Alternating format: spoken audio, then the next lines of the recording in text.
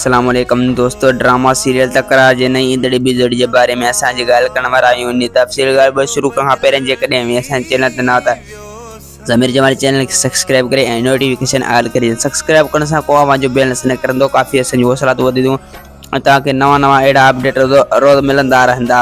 तव्हांजो वधीक time waste कोन था करायूं, हलूं था पंहिंजे मेन टॉपिक तरफ़। त दोस्तों, तकरार ड्रामो इंशाल्लाह सूमर जे ॾींहुं स्टार्ट कयो वेंदो। असां अदाकार सां राब्तो कयो, अदाकार मीर सां राब्तो कयो। असां उन सूमर जे ॾींहुं इंशाल्लाह अपलोड कयो वेंदो।